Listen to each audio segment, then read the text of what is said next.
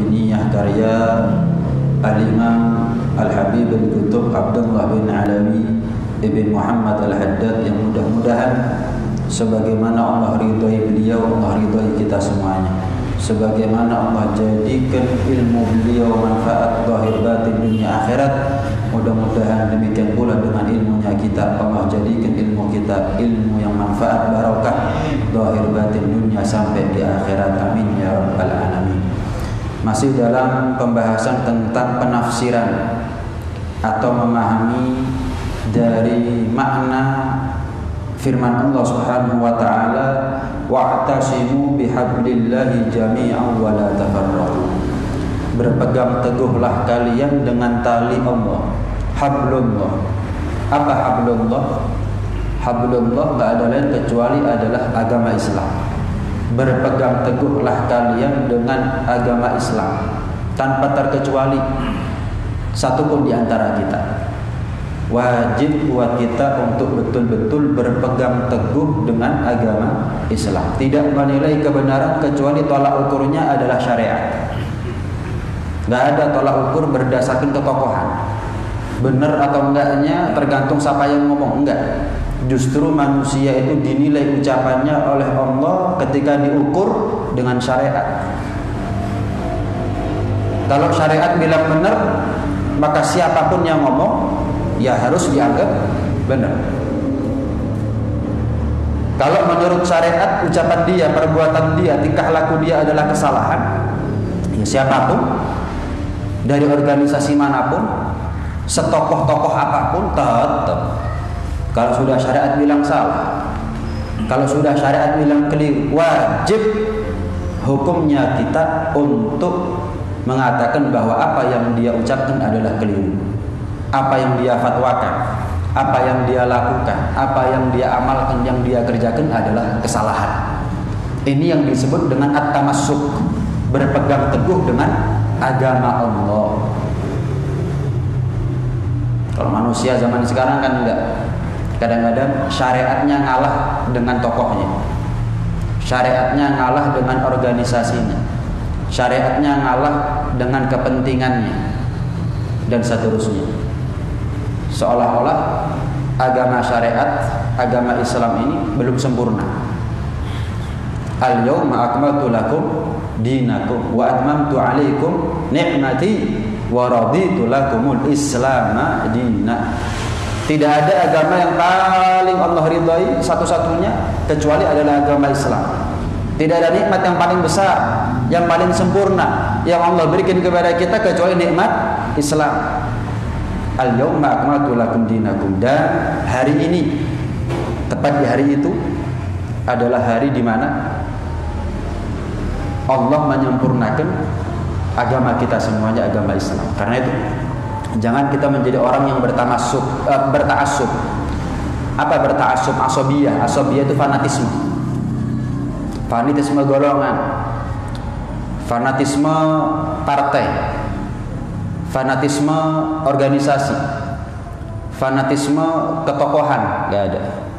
Mau apapun organisasinya, mau siapapun tokohnya, wajib organisasi tersebut dan tokoh tersebut tidak mengucapkan sesuatu kecuali berdasarkan syariat. Kenapa?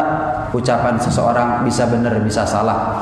Tapi kalau sudah syariat nggak mungkin salah, selalu benar. Maka bagaimana mungkin sesuatu yang sifatnya relatif menjadi tolak ukur daripada sesuatu yang sifatnya mutlak atau absolut? Syariat ini mutlak, absolut, selalu benar. Nggak mungkin dong sesuatu yang pasti benar ini buntut mengekor apa katanya orang. Yang mana apa katanya orang belum tentu benar. Loh, ini sudah pasti benar. Al-yawma akmaltu lakum dinakum wa atmamtu alaikum ni'mati wa raditu lakumul Islam madina.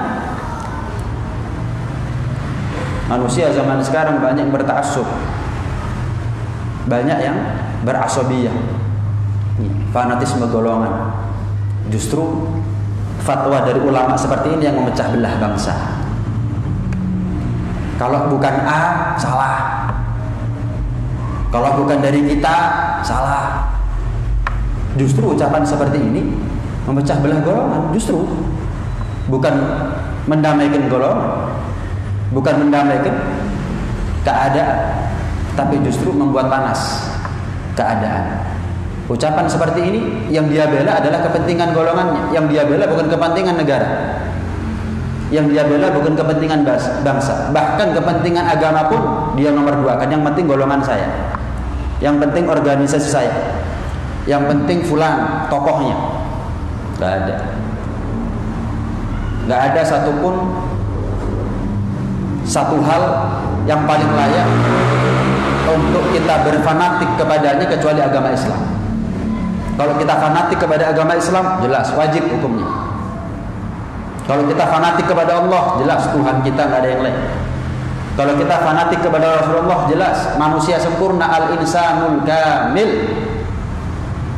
Inna akramakum indallahi atqakum. Yang paling mulia di antara kita, kata Allah, yang paling bertakwa. Ama wallahi inni la akhsyakum lillah wa atqakum lah.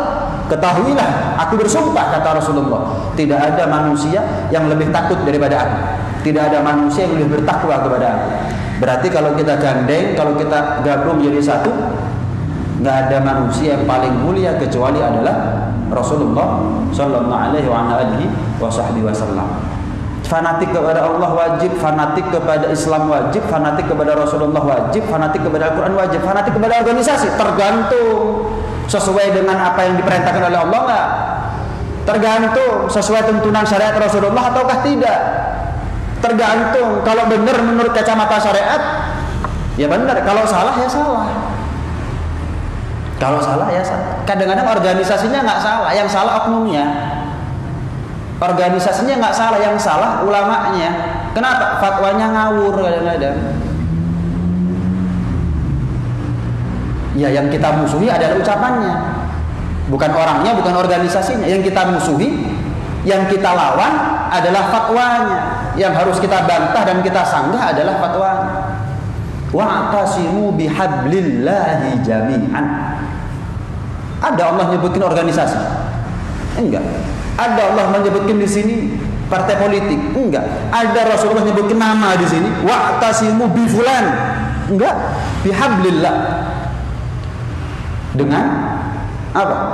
Tali agama. Enggak ada lain. Enggak ada lain. Kadang-kadang seorang tokoh mengatakan enggak ada aswaja di Indonesia kecuali organisasi kita. Enggak ada aswaja di Indonesia kecuali organisasi kita. Nah terus kalau nggak masuk organisasinya bukan aswajawi. Jelas ya? Seorang tokoh mengatakan nggak ada aswaja di Indonesia kecuali organisasinya kita. Saya mau tanya, dari ratusan juta masyarakat muslim di Indonesia yang bukan golongan dia, yang nggak masuk organisasi dia, berarti nggak aswaja semuanya ini? Berarti akidahnya sesat semuanya ini?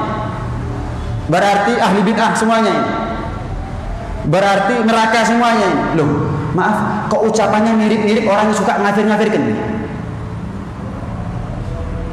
Kok ucapannya mirip-mirip sama orang yang suka mengklaim surga adalah miliknya, yang lain bukan ahli surga? Loh, kok mirip ini? Sebagaimana golongan yang lain dicap sebagai pemecah belah bangsa, kenapa ini tidak?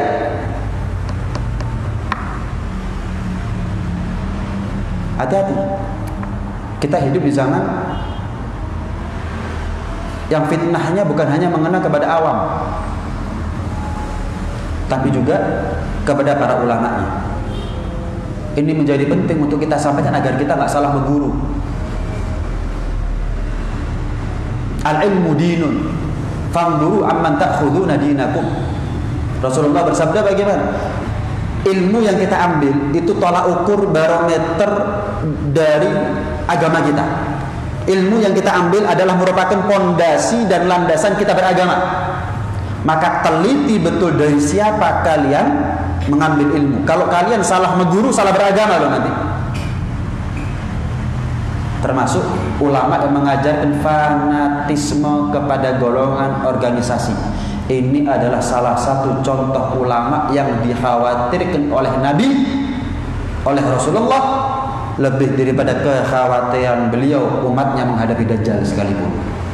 Kenapa? Kalau menghadapi Dajjal, baca surat Kahfi beres, ya kan? Kalau menghadapi ulama su, gimana kita menghadapinya? Baca surat Kahfi, khataman Quran belum tentu selamat kita. Salah satu ciri ulama su adalah ulama yang mengajarkan fanatik bukan kepada Islamnya, bukan kepada Allahnya, bukan kepada nabinya, bukan kepada Al-Qur'annya. Bahkan Al-Qur'an bisa ditafsirkan sesuai dengan kehendak hatinya, sesuai dengan kepentingan organisasinya, sesuai dengan maunya dia. Maka ulama yang mengajak fanatik bukan kepada Allah, bukan kepada Rasulullah, bukan kepada Islam, bukan kepada Al-Quran adalah merupakan salah satu contoh daripada ulama su. Bukan orang yang pantas untuk kita ikuti. Tapi ya salah kalau ada orang mencaci organisasinya. Organisasi ibarat perahu, tergantung nahkoda. Ibarat kendaraan roda 4, sebaik apapun, sebagus apapun kendaraan roda 4, semewah apapun, secanggih apapun, kalau sopirnya nggak bisa nyetir, ya apa? Sebagus apapun kendaraan yang dia punya, secanggih apapun, kalau baru keluar dari pabrik, tapi yang nyetir nggak bisa, siapa yang mau naik? Resiko bunuh diri. Nah, kita hidup di zaman itu. Kita betul-betul harus titen, harus selektif, harus teliti. Kadang-kadang kita diajarkan untuk membela organisasi, tapi nggak membela agama kadang-kadang. Kalau sudah organisasinya yang dicabik-cabik, kalau sudah organisasinya yang dikritik, sebetulnya bukan organisasinya, orangnya, oknumnya. Waduh, marah besar, kebakaran jenggot. Tapi ketika agamanya, Al-Qur'annya, nabinya dibikin ruwet sama orang lain, dia diem, malah mengatakan apa? Kita ini rahmat. Lah, kok organisasinya lebih nomor 1 daripada agamanya kayaknya? Ini penting. Kita harus menyelamatkan, jangan tinggal diem. Kita nggak boleh terima kalau kita sayang sama organisasinya. Kita harus membela organisasinya dengan cara apa? Bukan membela kesalahannya, tapi meluruskan kesalahannya, menampakkan idharul haq, menampakkan apa yang hak, apa yang benar. Kenapa orang seperti ini jadi musuh dalam selimut? Ibarat ada tamu datang ke rumah kita tapi bikin kisruh rumahnya kita. Gimana yang kita lakukan? Diusir.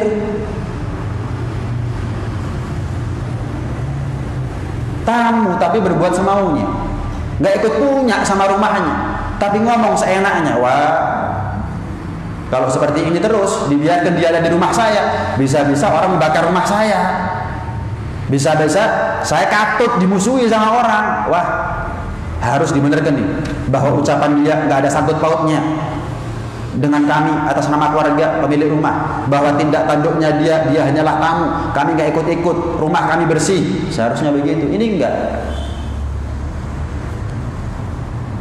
Ini bukan nggak terjadi, bukan tidak terjadi. Ucapan dari ulama seperti ini justru yang dia nomor 1 kan adalah organisasi, yang nomor 2 baru bangsa dan negaranya, nomor 3 baru agamanya. Kalau kita kembali ke sila pertama, berketuhanan semuanya, kita yang Maha Esa, ibadah, taat, beramal soleh, 4 sila yang lain akan ngatur otomatis. Ayo kita kembali ke agama, jangan kembali ke organisasinya tok. Bukan saya mengatakan salah organisasi A, enggak, saya nggak bicara dari awal tentang organisasinya, saya bicara tentang oknumnya. Cuman kita sebagai pecinta organisasi itu nggak boleh tinggal diem. Kalau enggak, berarti kita membiarkan organisasi yang kita cintai berubah haluan. Kalau kita merasa cinta, kalau kita merasa memiliki terhadap organisasi, wa'tasimu bihablillahi jami'an. Ini perintah dari Allah. Untuk apa? Ayo berpegang teguh dengan agama, istiqomah. Kemudian apa? Bersatu, wala tafarraqu, jangan berpecah belah, jangan bercerai-berai. Yadullah ma'al jamaah. Kekuasaan Allah, kekuatan Allah ada dalam persatuan. Annal jama'ata rahmatun wal furqata adzab. Persatuan itu adalah nikmat, rahmat dari Allah. Sementara perpecahan itu adalah satu bentuk azab dari Allah Subhanahu wa taala. Harus kita kembali kepada agama. Seperti yang saya sampaikan di minggu yang lalu, bahwa kita ini disatukan oleh Allah bukan karena harta, bukan karena jabatan, bukan karena A dan B, kecuali kita disatukan oleh Allah karena keimanan. Maka jangan ditukar nikmat bagaimana Allah satukan kita dengan keimanan dengan nikmat yang lain. Kita ini dibuat satu oleh Allah karena iman dan Islam. Iman dan Islam ini jangan ditukar dengan selain daripada iman dan Islam. Jangan ditukar dengan selain. Kalau iman dan Islam kita buang, yang kita nomor satukan adalah manfaat, simbiosis mutualisme. Kemudian yang kita tukar dengan jabatan, kita tukar dengan hal-hal yang berbau duniawi, maka persatuan itu apa yang kita harapkan tidak akan terjadi. Allah berfirman bagaimana? Wadhkuru ni'matallahi 'alaikum idh kuntum a'da'an fa'alafa baina qulubikum fa-asbahtum bi ni'matihi ikhwana. Ingat-ingat sama nikmatnya Allah. Kita kalau buka tafsir, wadhkuru ni'matallahi 'alaikum. Nikmat Allah apa di situ?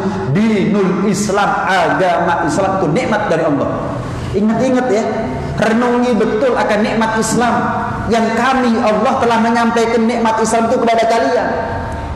Idh kuntum a'da'an, dulu sebelum datang Islam kalian adalah orang-orang yang saling bermusuhan, susah diajak bersatu, berpecah belah, bercerai-berai, gampang diadu domba. Fa'alafa baina qulubikum, tapi setelah kalian menerima Islam, Allah satukan, Allah rajut hati kalian satu dengan yang lainnya. Fa asbahtum bi ni'matihi ikhwana. Karena nikmat Islam inilah kalian menjadi saudara. Ini kita ini, bukan orang lain kita ini. Kita ini keluarga, dulur, bukan cuma konco. Fa asbahtum bi ni'matihi ikhwana. Karena nikmat Allah yang namanya iman dan Islam, kita menjadi saudara. Selain kita, non muslim misalnya, itu adalah tetangga. Saya mau tanya, tetangga wajib dihormati apa enggak? Wajib.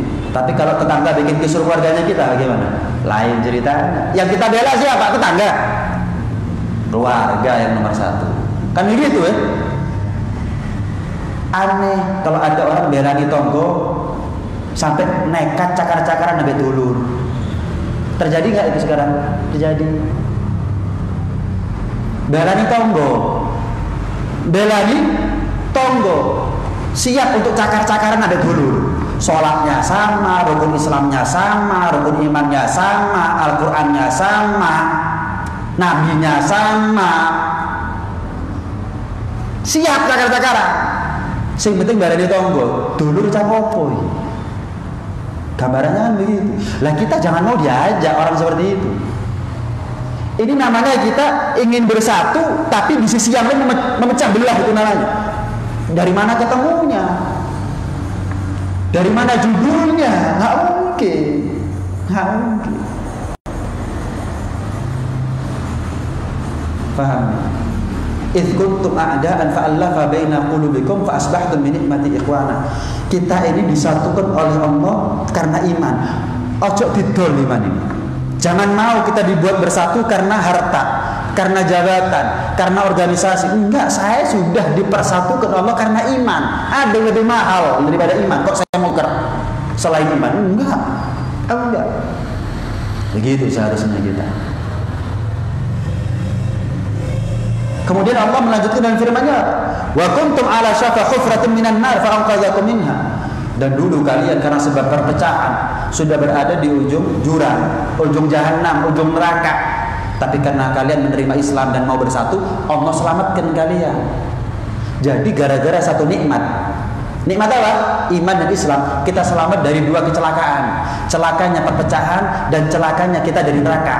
Gara-gara nikmat Islam. Lah kok kita mau tuker dengan yang lain?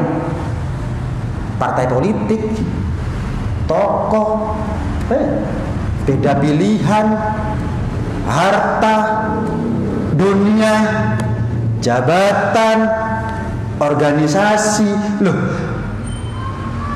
Kita sudah dikasih nikmat Islam, sehingga berkat nikmat Islam ini kita bersatu dan selamat dari neraka. Kira-kira kalau kita tukar dengan selain nikmat dan iman dan Islam, selamat dari neraka kira-kira ini. Berarti ada selain Islam yang bisa menyelamatkan kita dari neraka. Ada organisasi yang bisa menyelamatkan kita dari neraka. Ada organisasi. Kalau saya masuk organisasi A, saya selamat dari neraka. Saya kepingin tahu organisasi yang mana ini. Sebutkan. Enggak ada. Allah sebutkan apa? Karena sebab nikmat Islam, kalian yang ada di ujung neraka selamat. Kalau nyoblos A, masuk surga. Mana dalilnya? Ada. Kalau ikut apa kata saya, tak jamin, tak kayak syafaat kabeh. Ada. Ikut Islam selamat, jelas. Ikut selain Islam, waduh, ya tergantung. Kalau dia ikut Islam selamat kita. Nah kalau dia nggak ikut Islam, ikut kepentingannya, ikut golongannya, ikut hartanya, ikut duniawinya, ikut jabatannya, ikut atasannya, wah, ketemu Islam dari mana, ketemu surga dari mana? Kalau sudah kita tinggalkan yang namanya nikmat iman dan Islam, ojo mana surga bersatu lu angel. Buktinya apa? Ya buktinya apa yang kita alami sekarang. Gara-gara masing-masing belani organisasi gak ketemu persatuan. Kalau sudah gak ketemu persatuan itu baru azab dunia, belum azab neraka, azab akhirat. Saya mau tanya, kita hidup di Indonesia sebagai muslim enak sekarang? Susah nggak? Susah. Kenapa? Nggak kembali kepada aturan agama. Wa'tasimu bihablillah, ditinggal no. Ingat-ingat ya, sama nikmat iman dan Islam gak dieling belas yang dibelani organisasi ini tok. Gak ketemu persatuan. Repot. Siap cakar-cakaran sampai dulur dalah gara-gara belani tonggo. Ayo coba. Sahabat itu, sahabat asyidda'u 'alal kufar, ruhama'u bainahum. Ambek tonggo tegas, punya aturan. Ambek tonggo tegas, ngisru siji urusane. Ruhama bainahum. Adapun sama kita saling rahmat, saling mengasihi sayang. Aneh kalau ada tokoh yang mengajak rahmat sama non muslim tapi ngajak cakar-cakaran sama sesama muslim. Coba kita terima dengan hati yang bersih. Saya nggak ngajari benci sama organisasi loh ya. Saya cuma ngajari Anda benci kepada fatwanya. Itu wajib bagi saya. Dan itu wajib kepada kita. Ketika dia berubah kita cinta. Tapi kalau dia mau berubah kita nggak bisa cinta. Siapapun organisasi, siapapun tokohnya, siapapun organisasinya dan siapapun tokohnya. Saya nggak jadi pembahasan. Cuman setiap ucapan, setiap fatwa kembalikan kepada syariat. Kalau syariat bilang merah ya merah, kalau syariat bilang hijau ya hijau. Kalau syariat bilang hijau ada ngomong yang merah, jangan ikut. Kalau syariat bilang merah, ada orang ngomong fatwanya hijau, jangan ikut. Selesai. Itu kewajiban buat kita. Sebagaimana kita wajib benci karena Allah, kita wajib cinta karena Allah. Sebagaimana kita wajib cinta karena Allah, kita wajib benci karena Allah. Kita bukan benci orang, benci ucapannya. Itu adalah kewajiban. Kalau enggak, berarti kita belani tokohnya, enggak belani Allah. Berarti kita cinta dia bukan karena Allah subhanahu wa ta'ala. Nah, maka hadirin, jangan sampai kita ini saking belani ini ambek negara sampai lupa untuk membela agama. Bukan saya mengatakan bela negara nggak wajib ya. Cuman yang saya komplain adalah ketika kita nggak belani agama, itu aja. Sebutkan pejuang-pejuang kita dari para kiai, dari para ulama. Siapa di antara mereka yang saking belani ini ambek negara gua agama nih? Saya mau tanya, siapa? Sebutkan satu aja. Saking belani ini ambek negara, nggak ngurus agama nih. Saya mau tanya, sebutkan pejuang kita dulu. Yang karena begitu hebatnya membela negara, gak ngurus sampai agama nih, gak bakal ketemu. Justru karena mereka belani agama. Oh Portugis kesini bawa agamanya. Oh Belanda kesini bawa agamanya. Oh Jepang kesini ngajak kita nyembah matahari. Oh Portugis kesini, Belanda kesini, Jepang kesini. Ternyata membawa ideologi pemahaman agama mereka, ngerusak tatanan agama yang sudah ada dibawa oleh Wali Songo semenjak dahulu. Mereka belani, tapi belani agama dan belani negara. Sebagaimana salah orang yang karena belani ini agama sampai gak peduli ambek negara ini, sama saking belani ini negara sampai gak peduli ambek agama ini podo salah. Yang penting agamanya, gak ngurus Pancasila, salah. Ayo kita ganti ideologi Pancasila, salah. Saking belani ini ambek agama sampai gak ngurus. Walaupun siap perang saudara. Kamu dari suku mana? Kamu dari bangsa mana? Kamu bahasa daerahnya apa? Nggak ngurus. Saya punya pemahaman begini, kamu punya. Ayo, salah, sama. Ketika ada orang, ayo kita bela negara, kita bela persatuan. Masih cakar-cakaran kode muslimin, salah. Kira-kira bisa dimengerti nggak? Belani agomo, tapi cakar-cakaran sesama bangsa, salah kan ya? Apa bedanya sama orang yang belani negara, cakar-cakaran kode muslimin? Apa bedanya? Aneh. Kalau ada orang mengaku beda, saya tanya bedanya di mana? Ayo kita bela agama, kita bela agama Islam. Yang nggak mau nurut sama saya mau apa? Sama orang, ayo kita bela negara. Yang nggak mau nurut sama saya kate lapo. Yang ini cakar-cakaran karena sebangsa, yang ini cakar-cakaran pada muslimi. Ini podo salahnya. Ya sama salahnya. Terus antara agama dengan negara, saya mau tanya, yang dibelani yang mana? Yang nomor satu. Saya mau tanya, antara agama, kalau harus milih, antara agama sama negara, kita harus belani yang mana? Agama. Tapi kalau kita belani agama, otomatis kita belani negara. Otomatis. Contohnya, ya pejuang kita dulu. Cukup. Para habaib dulu, para kiai dulu, para ulama dulu, para kiai dulu. Karena belani agama, otomatis belani negara. Mereka itu menolak murtatisme. Murtatisasi. Awal mulanya mereka menolak ideologi barat, kebarat-baratan. Sampai Mbah Khalil Bangkalan pernah berfatwa, awal siapa yang pakai celana hukumnya haram. Kenapa? Podo orang kafir sentuh orang gini Londo, Portugis gak celana kabeh. Mbah Khalil Bangkalan saat itu memfatwakan pakai celana hukumnya haram. Kenapa? Itu ke barat-baratan, pakai jas, pakai dasi hukumnya haram. Mbah Khalil Bangkalan, ayo siapa yang berani bilang bahwa ledakan bid'ah, ahli bid'ah sesat? Fatwanya sampai seperti itu. Belani agama dhisik.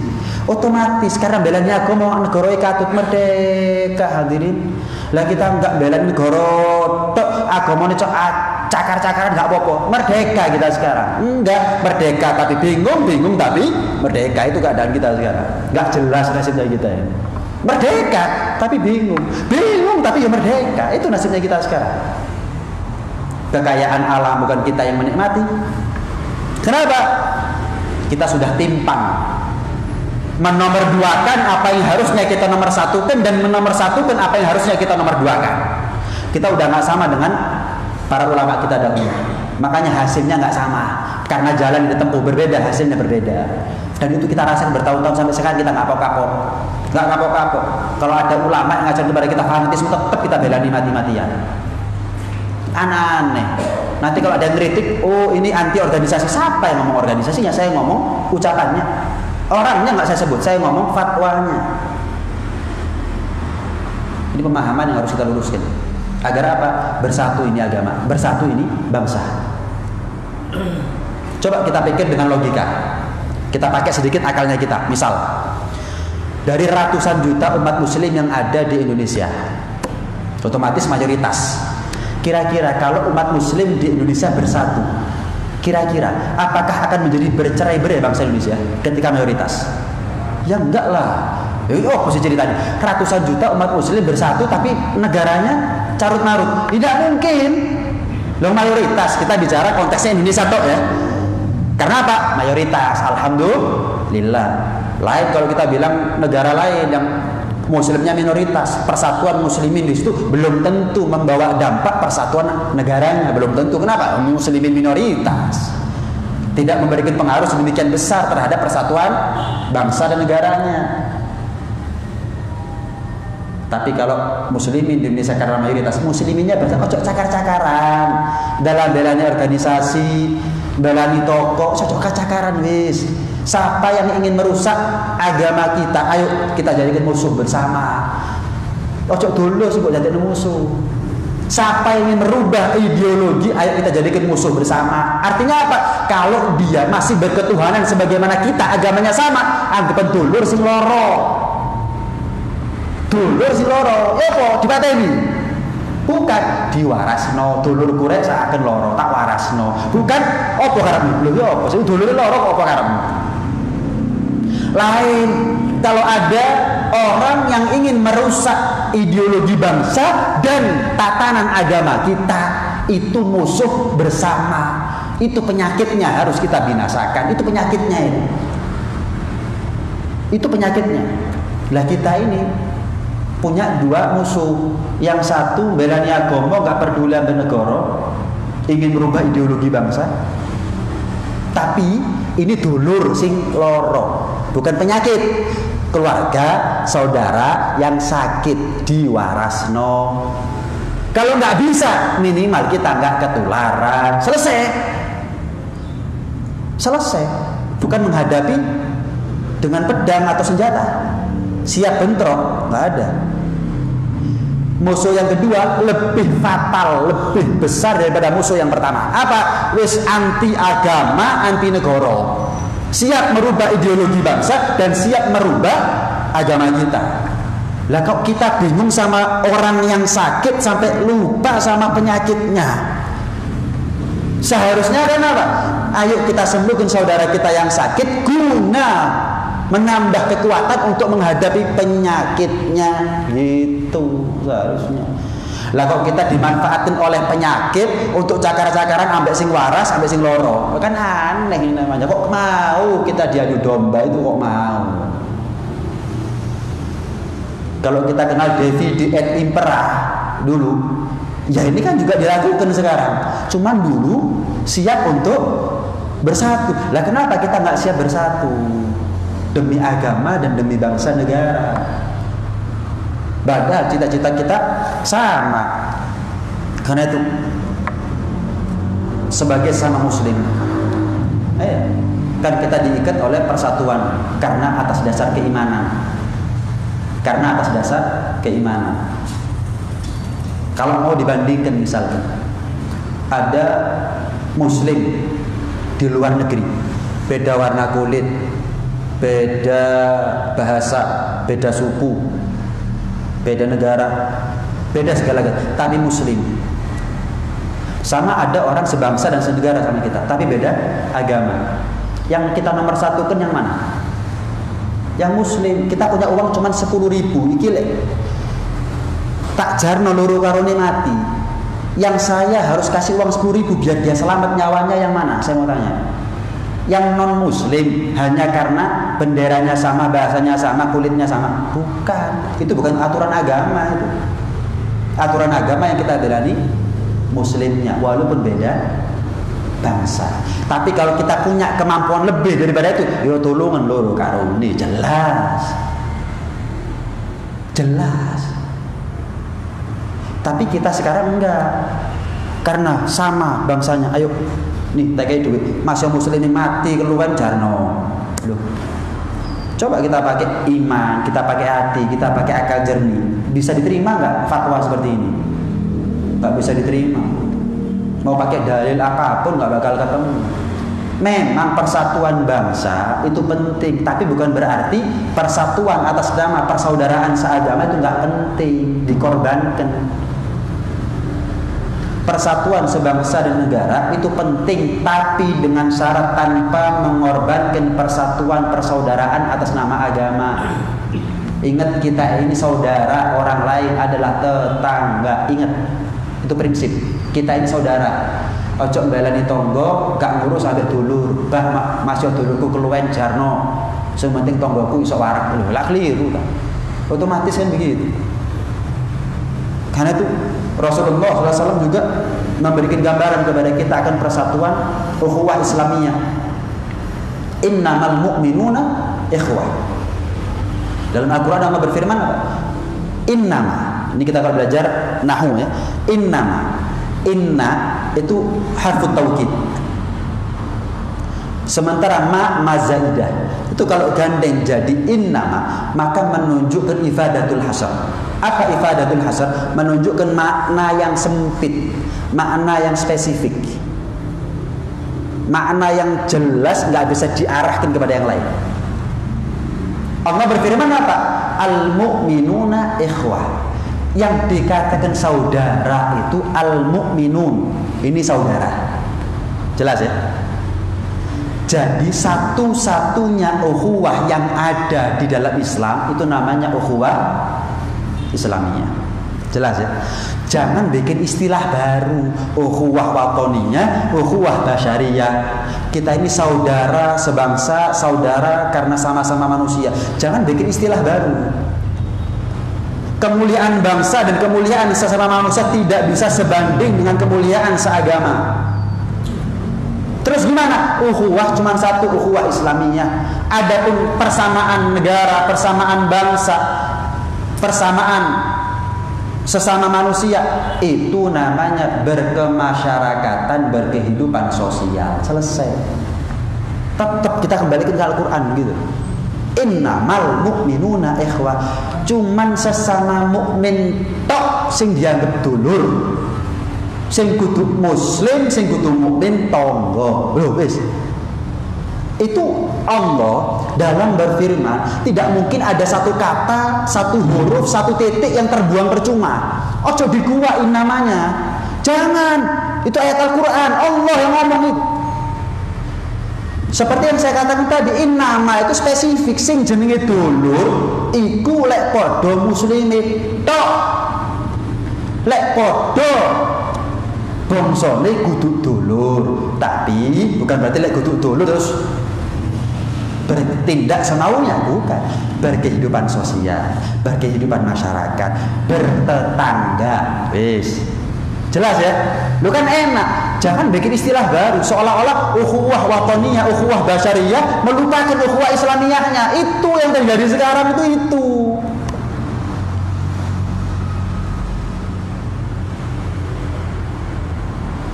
Dalam sebuah sabdanya Rasulullah SAW mengatakan apa? Mathalul akhawaini idza taqaya mathalul yadaini taghsil ihdahuma al-ukhra. Ini biar kita tahu arti pentingnya ukhuwah Islamiyah. Rasulullah memberikan gambaran kepada kita. Permisalan dua saudara seagama ketika berjumpa itu sama ketika dua tangan, yang satu kotor, yang lain membersihkan. Tangan kiri kotor, yang kanan yang membersihkan. Tangan kanan kotor, tangan kiri yang membersihkan. Dulur. Kan aneh. Kalau ada tangan kiri saya kotor, tangan kanan saya belani bingung ngurusi tangannya orang lain, kan aneh nih ya. Seharusnya kan apa? Saya ambil air dengan tangan kanan saya, yang kiri saya bersihkan, selesai. Ini enggak. Tangan kiri saya kotor, saya bingung tangan kanan saya untuk membersihkan tangannya orang lain. Mata nangis, ya tangan yang mengusap. Tangan kesakitan, kecepit, mata yang nangis. Kan aneh, mata saya nangis, tangan saya belani ngusap air matanya orang lain. Sebagaimana anehnya ada orang lain nangis, orang lain kecepit, saya yang nangis. Aneh. Ini terjadi zaman sekarang di Indonesia. Organisasi nomor 1, negara nomor 2, Islam nomor 3. Coba kita agak peka, agak sensitif, lihat coba. Iya ya, kok organisasi nomor 1, negara nomor 2, Islam nomor 3. Loh, kok nggak sama, kok beda sama kiai-kiai saya dulu ya. Pantes hasilnya kok 1. Wis, gak melok kono. Tetap ikut organisasinya nggak apa-apa, tapi nggak melok. Kenapa? Belani wong gak mesti mlebu surga. belani organisasi itu loh, yang dia bangga-banggakan, belum tentu masuk surga. Wis aku tak belani Islam ae. Lek encen belani kiai sing dhisik, lek encen belani Habib sing dhisik, lek encen belani ulama yang ulama sekarang lek padha ulama dhisik tak elok. Seharusnya begitu. Tapi kita enggak. Lapo kon. Tonggo tepuk tangan. Ayo. Terus. Mereka paham. Ini kalau umat muslim seperti ini terus, nggak mungkin bersatu nih bangsa. Pasti pecah terus, gegeran terus. Kalau sudah pecah perang saudara sesama muslim, wes pihak asing atau pengkhianat bangsa yang bahasanya sama, warna kulitnya sama dengan kita, tersenyum lebar, mau merubah ideologi agama, ideologi bangsa, bisa. Kenapa? Muslim ini geger-gegeran dewe, bele-belean dewe. Jarno, kula entek-entek karepe dhewe. Wis entek, ayo kita masuk, menguasai, kita ganti agamanya mereka. Kau Tuhan, kau agama. Agama adalah parasit, agama adalah penalu. Kalau sudah begitu, nggak ada berketuhanan yang Maha Esa. Yang ada cuma 3. Waduh, Pancasila jadi apa? Gotong royong. Lah, kok berketuhanan jebus gotong royong iya apa ceritanya?